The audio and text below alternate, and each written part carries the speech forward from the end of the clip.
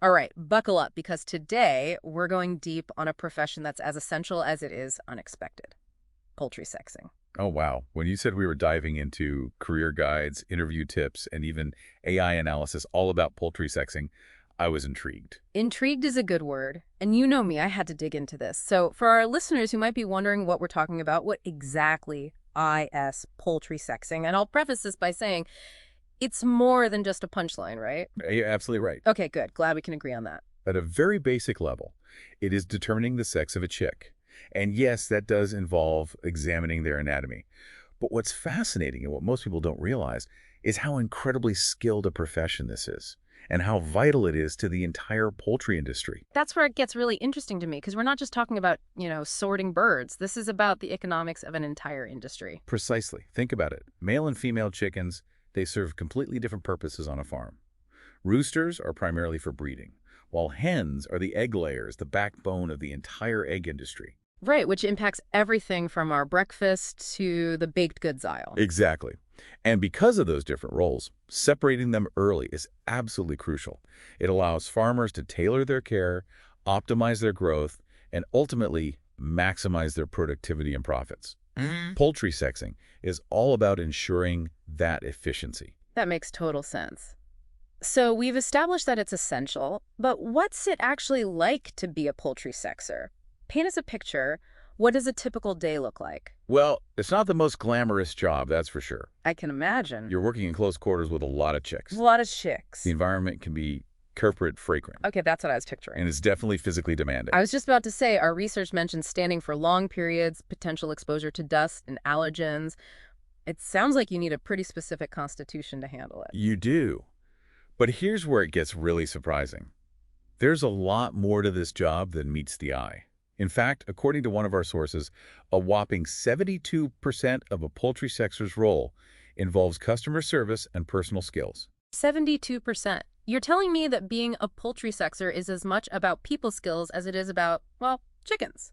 That's exactly right. It's not just about the birds themselves. It's about the entire ecosystem surrounding them. Okay, so 72% customer service skills. That's wild. Who are they interacting with? Is it farm managers, other poultry sexers, maybe the occasional concerned chicken parent? Yeah, you're not wrong. It's a surprisingly social job. We're talking interactions with farm managers, of course, but also other workers, suppliers, even trainees. Poultry sexers need to be able to communicate clearly, maintain accurate records. Oh, so there's a paperwork element to this. Absolutely, there's data entry involved. Wow. And sometimes they even need to train newcomers. So we're not just talking about being good with your hands. This is someone who needs sharp observational skills, data entry, maybe even leadership qualities as they progress, which, Wow. by the way, our deep dive revealed there's actually a whole career ladder in poultry sexing. Absolutely. You might start as an entry-level sexer, then with experience move up to junior and eventually senior positions. And the responsibilities grow with each level. What, so you could end up a senior poultry sexer heading a whole team of chick identifiers? That's amazing. What does that involve? Well, as you gain experience, you're not just sexing chicks, but overseeing the entire process, training those newcomers we talked about, and potentially even conducting research into new techniques. Wow, so you could go from handling chicks to leading the field, maybe even giving a TED Talk someday on the future of poultry sexing.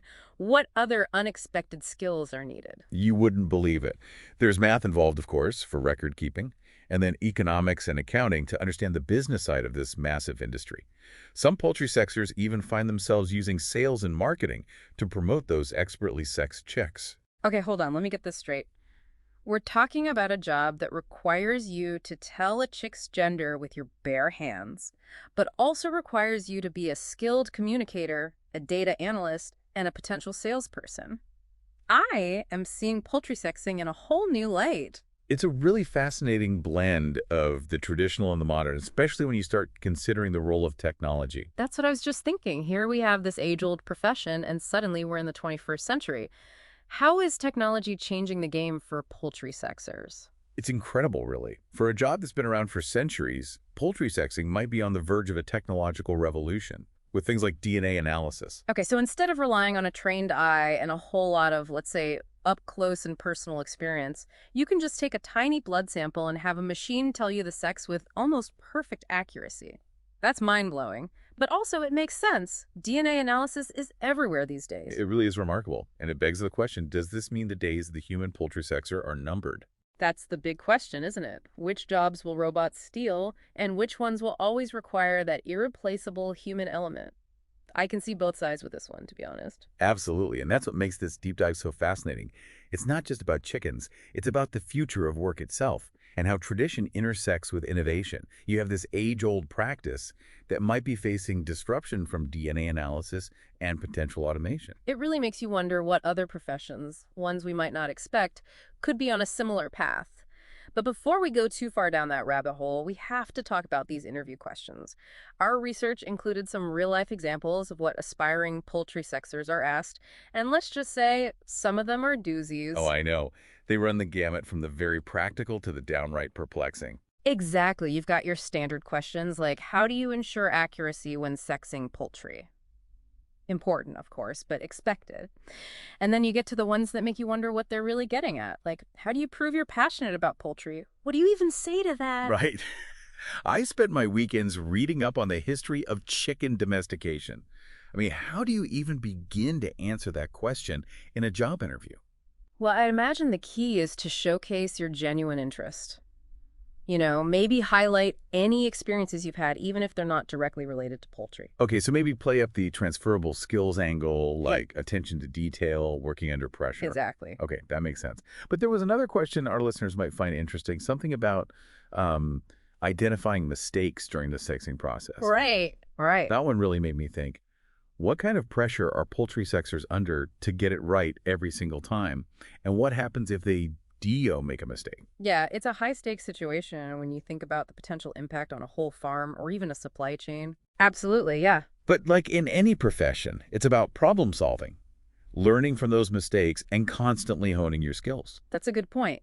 It's not about being perfect, but about how you adapt and improve, which I guess could apply to any career, right? Absolutely. So for our listener who's heard all of this and is maybe even thinking, hey, a career in poultry sexing sounds pretty intriguing, what advice would you give them? Honestly, I'd say go for it. Really? It's definitely a unique path, and based on our research, there's a real demand for skilled poultry sexers. Right, RoleCatcher made it clear that this isn't some niche dying out profession. Definitely not. Yeah. But like with any career, it's important to, you know, do your research. Of course, yeah. Learn everything you can about avian anatomy, understand the ins and outs of the poultry industry, connect with people already in the field. Network, network, network. Exactly. And who knows, maybe someday you'll be the one leading those training sessions, teaching others the art of poultry sexing. Or even heading up a research team, developing new techniques, maybe even pushing those technological boundaries. It's amazing to think that something as seemingly simple as identifying the sex of a chick can open up so many possibilities. It really goes to show that there's often more to a job than meets the eye. What we might initially see as just a punchline is actually a vital part of a multi-billion-dollar industry, requiring a unique set of skills and offering a surprisingly diverse range of career paths. It's been eye-opening, to say the least, and it makes you wonder what other hidden professions are out there, tucked away in the fabric of our everyday lives, full of unexpected complexities and waiting to be explored. That's the beauty of a deep dive like this. It's not just about what we learn about a specific topic, but about how it changes our perspective and opens our minds to new possibilities. Absolutely. So, to our listeners, the next time you hear about poultry sexing, remember it's more than just a funny story. It's a reminder that there's always more than meets the eye, and that even the most unexpected corners of the world can hold fascinating insights and opportunities. This has been The Deep Dive, and we'll see you next time for another deep dive into the unexpected.